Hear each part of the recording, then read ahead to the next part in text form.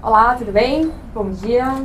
Obrigada pela presença de todos. Acho que obrigada por ter tido esse aceite. Para a gente é de grande valia.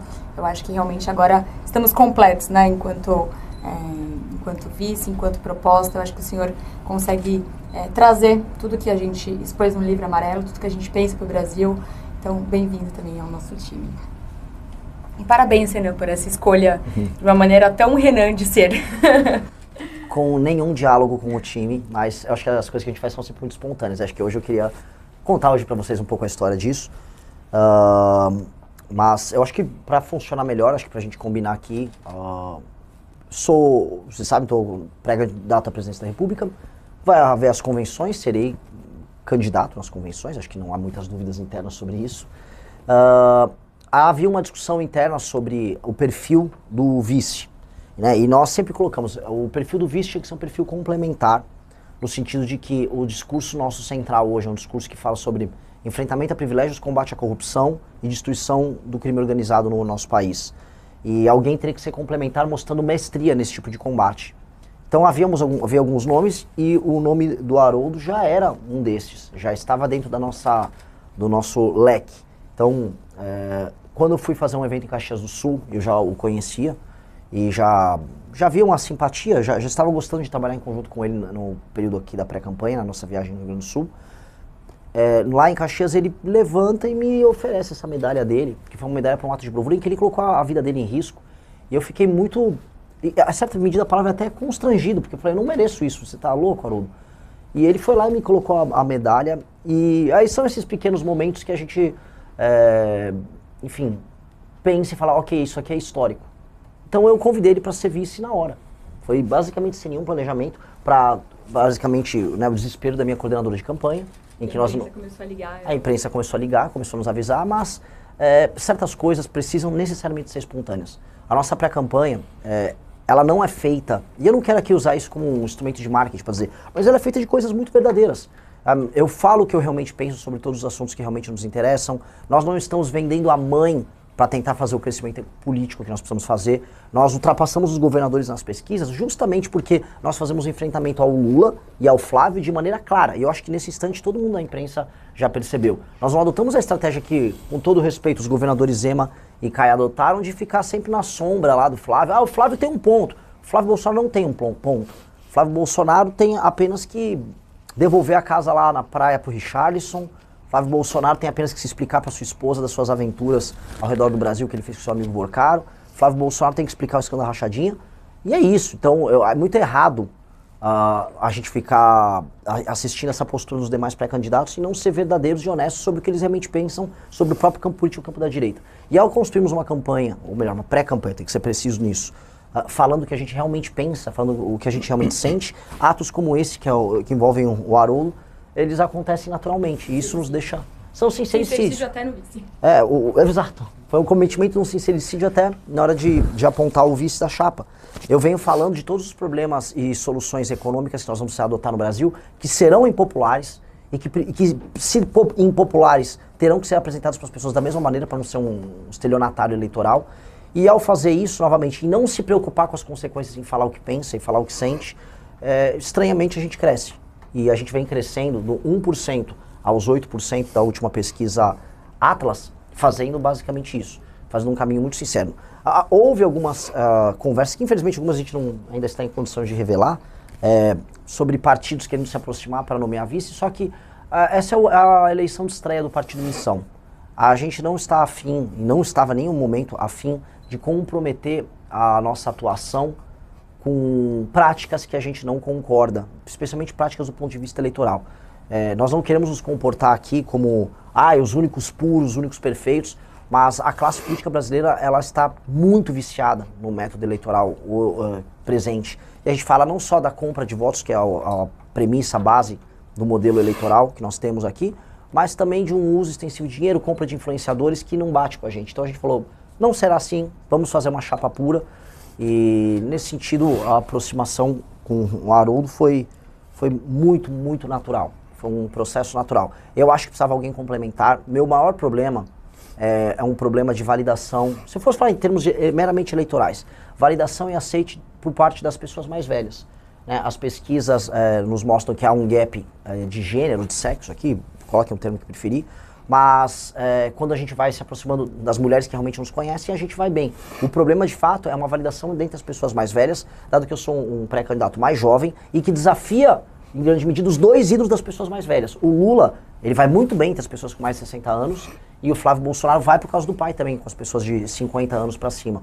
E o recado que está dado nisso é como se fosse um jovem desafiante junto aos ídolos dessas figuras. Então, uma figura como o do Haroldo é muito importante para mostrar que as pessoas mais velhas não precisam ficar presas nessa dicotomia. Os mais jovens, como a pesquisa Atlas mostrou, não estão presos. A dicotomia e a tal da polarização, quem quebrou fomos nós entre os mais jovens. Isso precisa ficar muito claro. Não foram nossos adversários, todas aquelas construções de Simone Tebet da última eleição, ou mesmo o desenho dos governadores, aquilo fracassou. O que a pesquisa Atlas, agora dessa última semana, nos mostrou dentre os mais jovens, quem nos conhece, nós quebramos a dicotomia. A dicotomia, ela está morta e ela está sendo sepultada, e onde ainda existe a dicotomia, com o lulismo e o bolsonarismo ainda de pé, é com pessoas que ainda não nos conhecem. Então, naturalmente, nós precisamos mostrar que há uma porta de saída para esses eleitores, que eles não precisam ficar presos no engano, que é o engano do lulismo e que é o engano do bolsonarismo. O Haroldo foi uma pessoa que esteve no PL, o partido do Bolsonaro, ele fez de maneira autônoma sua transição até o nosso grupo político, e eu acho que isso isso serve como uma espécie de exemplo, uma espécie de paciente zero, né? Ele é o primeiro dos homens da geração dele, uma figura do universo militar, do sul do Brasil, uma figura com uma diferença de idade com relação a mim, que olha e faz uma escolha consciente sobre um caminho que as gerações mais novas já adotaram. Então, eu acho que isso é muito simbólico, eu acho que isso é verdadeiramente bonito, e aí isso vai nos ajudar com certeza a fazer com as gerações restantes que ainda precisam nos conhecer o que nós já fizemos entre os mais jovens, que é demolir a dicotomia Lula e Bolsonaro. Nós faremos isso de maneira clara. Passar a palavra, se quiser dar uma palavra aqui, e aí a gente abre para as perguntas com vocês, pode ser? Quando nós olhamos para o Renan,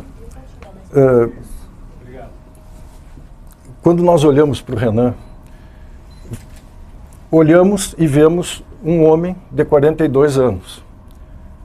Eu olho o Renan, vejo este homem de 42 anos, mas também vejo em ti, Renan, um espírito milenar. Intuo que nós estamos cercados por espíritos de luz, e não necessariamente só os corpos físicos aqui presentes.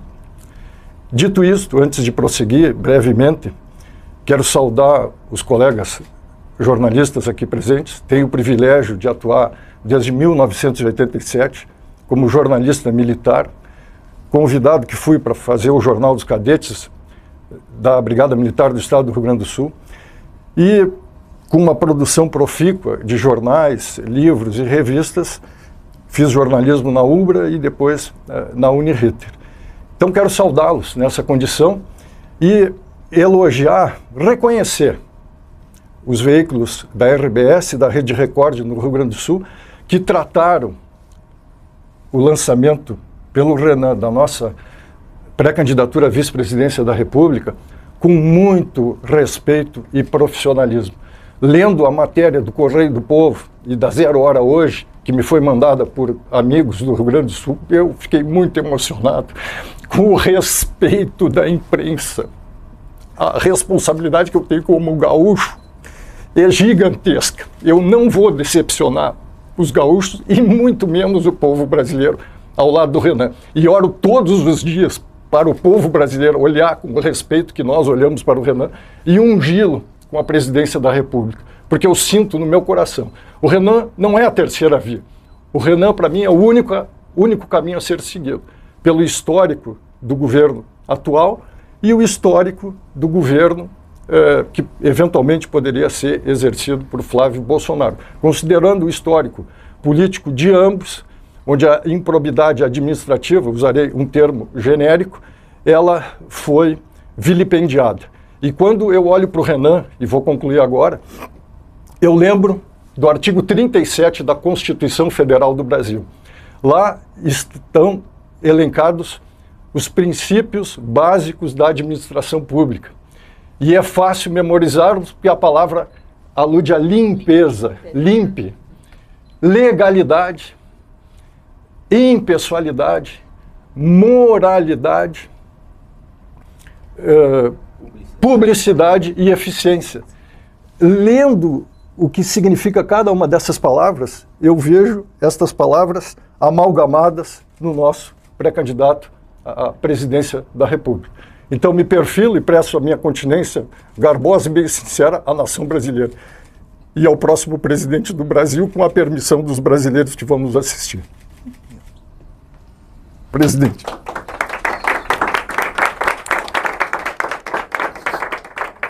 Quer falar? Então, vamos para as perguntas, ficou à disposição. Um de cada vez. Quem começa? Eu tenho uma pergunta. Coronel, por que o senhor decidiu deixar o PL?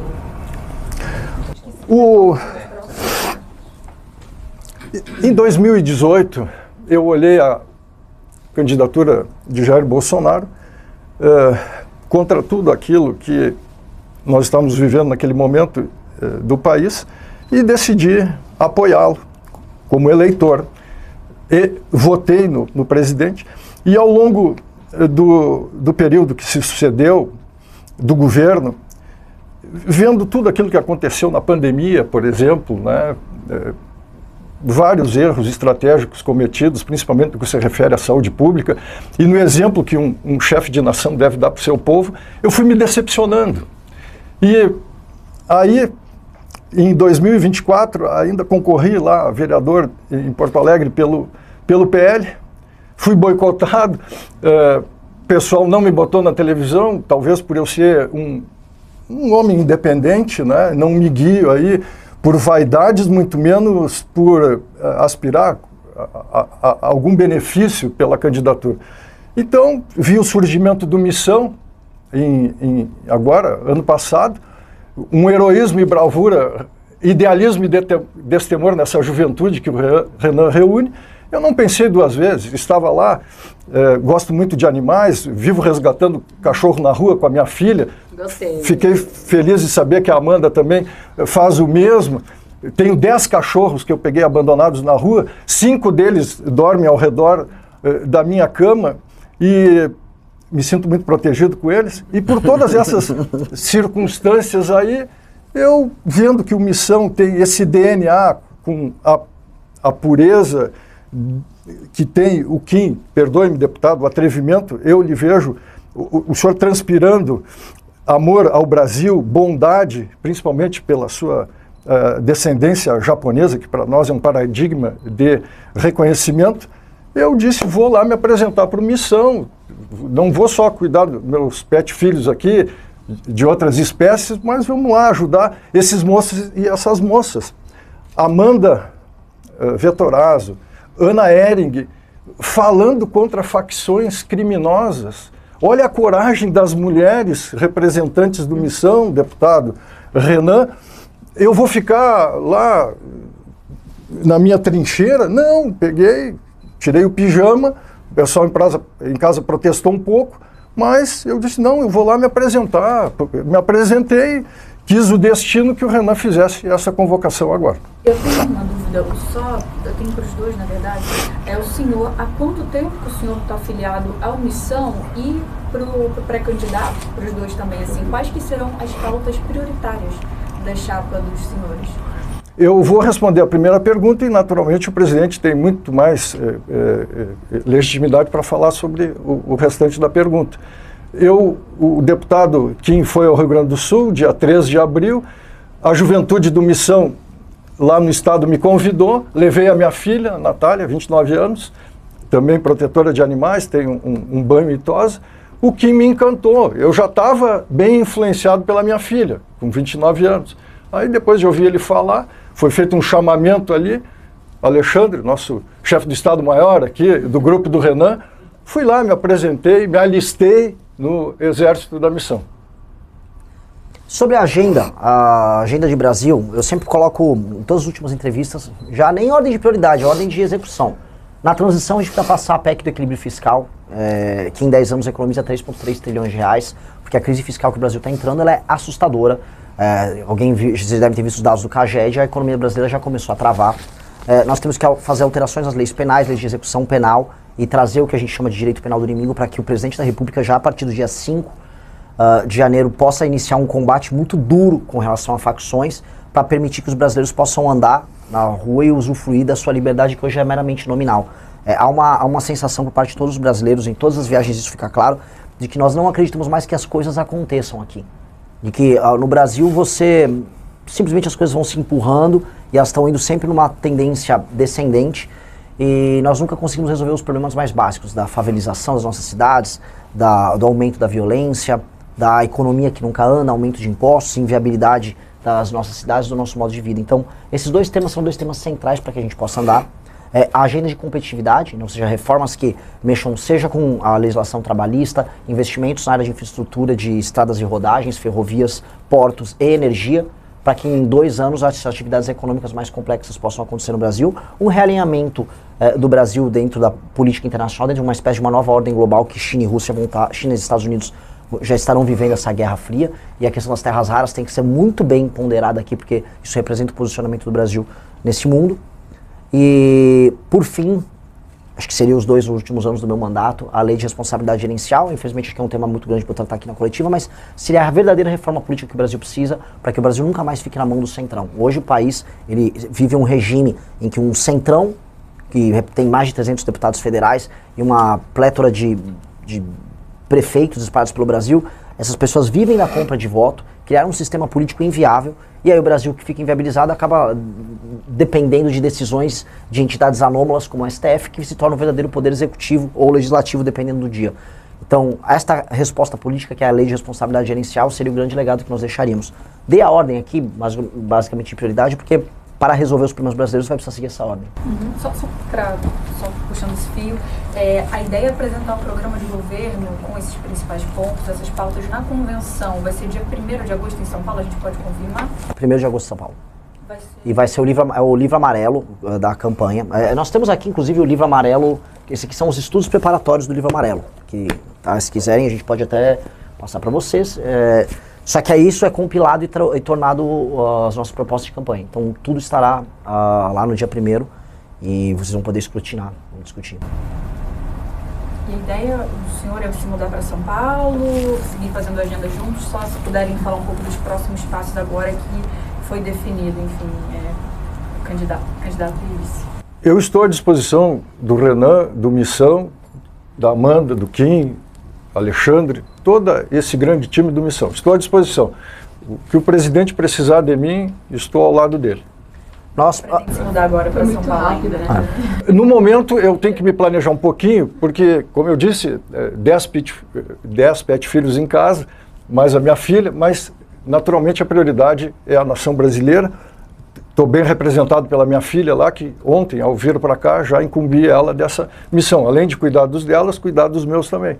E uma das minhas cadelas, uma das fêmeas lá, deu cria, 6 lindos cachorrinhos que estou cuidando bem deles, e vou ficar com um que vai se chamar Missão. Uau! A estratégia e o desenho nosso é, naturalmente, em alguns eventos ele está comigo, mas a gente vai precisar fazer a cobertura de muitas ações. Então, nós temos hoje reuniões com o mercado financeiro, acho que o Kim, como nosso ministro das reformas, ele vai poder fazer essas reuniões enquanto eu estiver em viagem. Algumas ele estará comigo, outras ele participará de reuniões com os pré-candidatos a governo, ajudar nas chapas ao redor do Brasil, porque o Partido Missão está com chapa em todos os estados. Então a ideia é justamente estarmos em lugares diferentes a maior parte do tempo. A ideia é a gente cobrir o maior número de lugares. Nós temos uma campanha, eu volto a colocar, uma campanha pobre. Como ela é pobre, não tem jatinho. Como não tem jatinho, dá para eu e ele estarem, né, então nós vamos ter que fazer, né, vamos ter que usar as estratégias de corpos diferentes em espaços diferentes para compensar a ausência de recursos, mas nunca sabemos, né?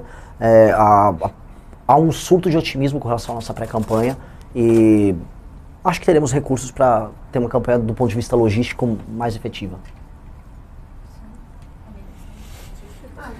Pode mandar, gente.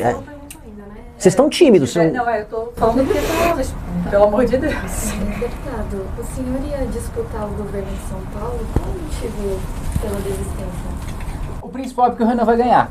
E o Renan precisa de um ministro de Estado para tratar da reforma fundamental, que é, como ele colocou, eu apresentei a PEC do equilíbrio fiscal, que precisa ser aprovada antes do Renan assumir, porque senão o Renan já assume com praticamente 100% das despesas sendo obrigatórias, sem nenhum espaço para discricionário, que significa fim de farmácia popular, fim de CAPES, fim de CNPq, zero investimento em segurança pública do governo federal, enfim, tudo que está nas despesas discricionárias, né, infraestrutura, por exemplo, acabaria do dia para a noite, então a gente precisa fazer, digamos assim, uma PEC da transição às avessas, né? Então, como o Lula fez para gastar mais fora do teto, a gente vai cortar esses gastos e impor novos limites desvinculados à receita pública e desindexados do salário mínimo na fase de transição, para o Renan já assumir com o espaço fiscal para promover o programa de infraestrutura. A gente está falando no livro amarelo aí de mais de 30 mil quilômetros de malha ferroviária, a gente está falando também da instituição de um prontuário único com inteligência artificial para o SUS, a gente está falando da construção do maior presídio das Américas, enfim,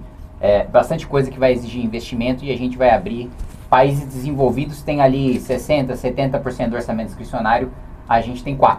Né? Então, esse espaço que a gente vai abrir, que precisa de um ministério para fazer essa reforma, além de um pente fino de uma reforma que a gente vai precisar fazer nos 50 mil cargos de livre nomeação que o presidente da República vai ter. Eu acho que se a gente não filtrar nenhum currículo somando todo mundo do partido, a gente não conhece 50 mil pessoas. Sim. Então a gente vai precisar fazer um pente fino, quais cargos precisam existir, não precisam existir, e a qualificação, o filtro, né, apesar de não ser concurso público, porque não são cargos efetivos, a gente fazer uma espécie do nosso concurso público para esses cargos de livre nomeação.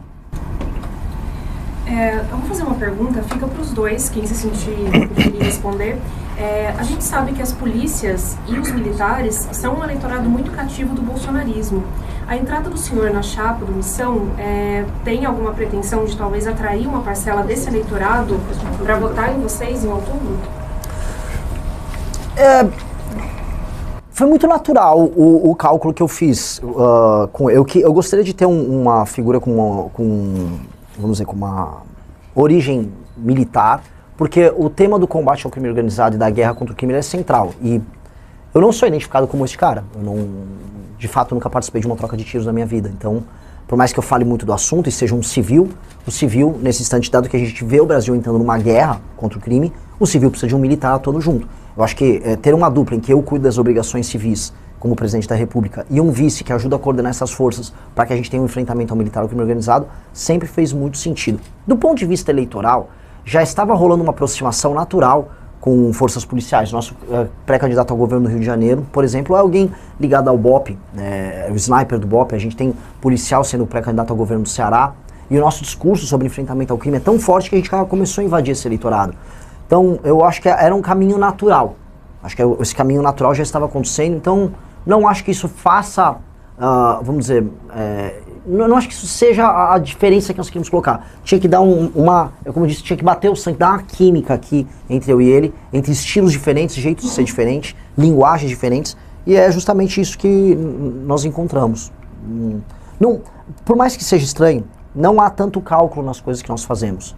Dia desses eu estava dando uma entrevista lá em Caxias do Sul também, e eu falei, olha, nosso planejamento era primeiro o partido ficar pronto, depois eu aparecer nas pesquisas, depois eu ultrapassar os governadores, depois bater 10% até agosto, e aí derrotar o Flávio, né? E aí vai para o segundo turno e eu derroto o Lula. Não é que tinha um plano, eu só falei isso uma vez, aí muita gente falou, nossa, o cara tem um planejamento. Eu não tinha planejamento nenhum.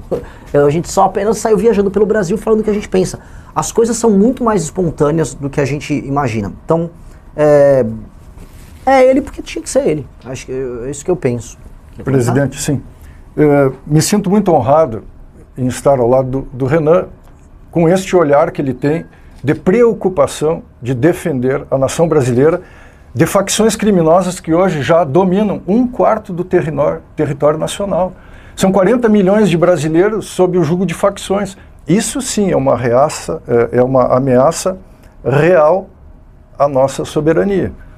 E com a moral que eu tenho, eu sou 100% ético, 100% responsável, e reconheço esses mesmos valores no Renan, honestidade, integridade, e por ser assim, eu me comunico com o melhor da polícia brasileira, militar e civil. Eu tenho certeza que esse contingente de policiais militares do bem, há eventuais desvios de conduta que devem ser combatidos, sou um representante que vou conversar com esses policiais. E a nação brasileira, escolhendo Renan Santos, eu faço aqui, empenho a minha palavra. Nas principais operações da Polícia Nacional, Militar e Civil, Federal, eu estarei lá nessas operações. Não para comandar, mas para dar o apoio moral, porque eles estão bem comandados. São Paulo aqui tem a primeira mulher na história da Polícia Militar de São Paulo como comandante-geral da maior força policial militar do Brasil. E a comandante aqui comanda com a sua moral como mulher, Amanda, que muito bem representa esse ímpeto, esse significado que a mulher tem. E não digo isso para agradar as mulheres. Eu sou quem eu sou porque tive uma mãe muito presente, um pai muito honesto e trabalhador. Tenho certeza que eu espelho o melhor da polícia brasileira. E como o Renan estabeleceu como prioridade, como bandeira, combater as facções em defesa da nação brasileira, estou ao lado dele e tenho certeza que nós vamos vencer essa guerra, por mais difícil que o cidadão que está oprimido lá, principalmente na periferia, ele possa achar que não tem solução. A pior solução é nós não enfrentarmos o problema com a esperança que o Renan desperta no melhor dos brasileiros. O trabalhador, aquele que levanta cedo e volta tarde para casa, aquele trabalhador que espera uma solução para os seus problemas. Essa solução, para mim, se chama Renan Santos. O candidato, o senhor, as pesquisas apontam que o senhor ainda tem, dentre os candidatos, tem um dos maiores desconhecimentos, se não o maior. Como que o senhor pretende vencer esse desconhecimento? É por meio de redes sociais? Como o senhor falou, sua campanha não tem tantos recursos assim, tem a cota mínima ali do fundo. Como o senhor pretende vencer o desconhecimento? Essa é a pergunta de $1 trilhão, né? Mas eu vou ser bem claro sobre ela. O eleitor vai precisar me conhecer. E o eleitor, ele vai se abrir a novas opções a partir do momento que passar a Copa do Mundo. Copa do Mundo é o momento que as pessoas estão falando de outros assuntos. Naturalmente, o engajamento de todo mundo nas redes sociais cai. E a partir do momento que passar esse período da Copa, o eleitor vai ter que começar a olhar, seja para as redes sociais, ou seja para a mídia tradicional, e procurar suas opções. Por que ele vai me conhecer e por que ele vai ter esse ímpeto em me conhecer mais que os demais? A questão estritamente lógica. Flávio Bolsonaro não tem chance contra o Lula em qualquer cenário do segundo turno, e as chances dele vão diminuir porque o envolvimento dele, seja com o crime organizado do Rio de Janeiro, seja com o senhor Vorcaro, seja com o Porto do passado, vão inviabilizar ele. Essa inviabilidade já é percebida por todo mundo. Quem está em terceiro, na prática? Sou eu. Então o eleitor vai ter que me conhecer. E eu terei espaço na mídia tradicional, vou conversar com a mídia tradicional, vou aparecer, vou participar dos debates e falarei a verdade. Eu serei a mesma pessoa que eu sou aqui na coletiva com vocês. Eu vou falar a verdade. E eu tendo a achar que o eleitor ele vai se convencer do que nós vamos apresentar. E isso vai diminuir muito o desconhecimento. O fato é o seguinte, o desconhecimento até o fim da eleição vai desaparecer. Porque teremos espaço, vou participar dos debates, e os brasileiros vão querer se importar com o debate político, como eles ainda não estão se importando. Então, nesse sentido, a questão não é sobre eu ficar mais conhecido, porque isso vai acontecer. É o que eu vou fazer com esse conhecimento. Eu tenho uma taxa de conversão muito grande. Eu estou na frente dos governadores, mesmo sendo muito mais desconhecido que eles. Ou seja, quem conhece tende a me preferir. Onde me conhecem mais, que é dos jovens 16 a 24 anos, eu estou em primeiro nas pesquisas. Então acho que é muito sintomático. Onde eu sou mais conhecido, eu converto mais. Então eu já me puni bastante. Eu fico coçando a cabeça, fico bravo comigo mesmo, porque eu não consigo diminuir esse desconhecimento. Mas às vezes a gente só tem que aceitar que as coisas são como elas são. E que esse processo é um processo natural, que haverá um momento eleitoral e a gente aceitar isso. Então, hoje eu estou muito mais tranquilo sobre isso. Haverá um momento que as pessoas vão querer conhecer os pré-candidatos.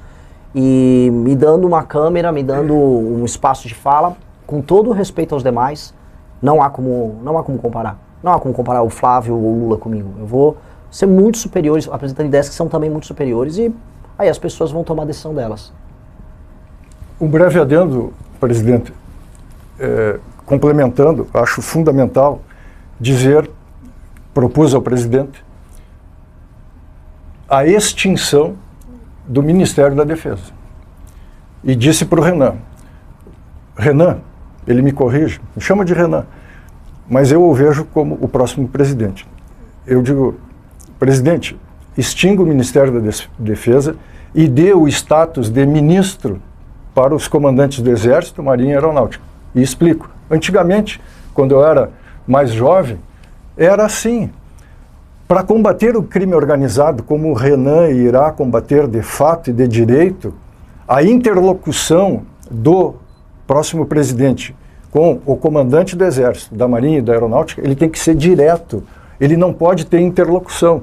E vocês que são aqui os olhos e os ouvidos da nação brasileira, precisam saber que o Renan não é uma proposta do além. Não, ele vai combater. Tem o Kim, tem eu, tem a Amanda, tem a Ana Ehring lá em São Paulo, aqui em São Paulo, e efetivamente temos representantes em outros estados que estão imbuídos. Então nós vamos precisar das Forças Armadas. Precisava fazer esse adendo com um outro breve histórico. Eu sou membro da Academia de História Militar do Brasil, do Exército Brasileiro, desde 1994. Toda essa história pode ser rastreada no meu blog lá, haroldomedina.blogspot.com. E com essa moral de inserção no Exército, estive à disposição do Exército em 1994, fundei o Correio Militar do Sul, que é o principal veículo de comunicação social do Exército no estado lá, em 1994. Fiz 14 edições, estou lá como na equipe do Conselho Editorial. Refiz a revista Ileia do Colégio Militar em 1994. E assim por diante, o histórico é longo. Era isso, presidente. Desculpe se eu... Ok. Teremos candidato em São Paulo, no governo? Talvez. Estamos em conversa já com alguns quadros que a gente ainda não pode falar os nomes, mas a gente avalia. Mas precisamos ter e gostaria de ter. Sim, já estamos com pré-candidatos para governo em 9 estados, pelo menos. Eles estão indo bem melhor do que eu... Sou bem sincero, bem melhor do que eu imaginava. A pesquisa Atlas mostrou que o Partido Missão já está em terceiro na preferência do brasileiro. E aí isso se reflete em intenções de voto para absolutamente todos os nossos pré-candidatos ao governo. Foi uma coisa surpreendente, no sentido positivo para a gente. Uma coisa importante de colocar em relação às candidaturas ao governo é que a eleição acaba sendo muito nacionalizada aos governos. Acabou aquela história de se eu tenho máquina, se eu tenho apoio regional, eu venço. Se isso ainda fosse verdade, Rodrigo Garcia era governador, né? A maior parte dos prefeitos estavam com ele era governador do estado, disputava a reeleição. A eleição do Tarcísio foi basicamente não pelo carisma próprio dele, mas pela nacionalização da eleição. Então acho que a candidatura do Renan fortalece bastante e nesse sentido é importante ter uma candidatura no estado de São Paulo, por isso que a gente se esforça para formar essa chapa e para anunciar para vocês caso a gente confirme. Vamos aqui. Não, o senhor acha que mulher vota mal? Depende da mulher. Tem mulher que vota muito mal, tem mulher que vota bem. As mulheres, por exemplo, urbanas em Nova York, nos Estados Unidos, acho que votaram muito mal, fizeram campanha pro Mandame e votaram mal. Agora, em geral, uma mulher urbana negra aqui numa cidade como São Paulo, ela costuma votar melhor do que suas contrapartes de classe média, como homens mais velhos que bolsonarizam. Depende muito. Isso aí, pessoas podem votar mal, pessoas podem votar bem. Eu votei bem. Espero que vote bem nessa, Amanda. Eu vou votar bem, né? Pode ter certeza. Mais alguma pergunta? Fechou?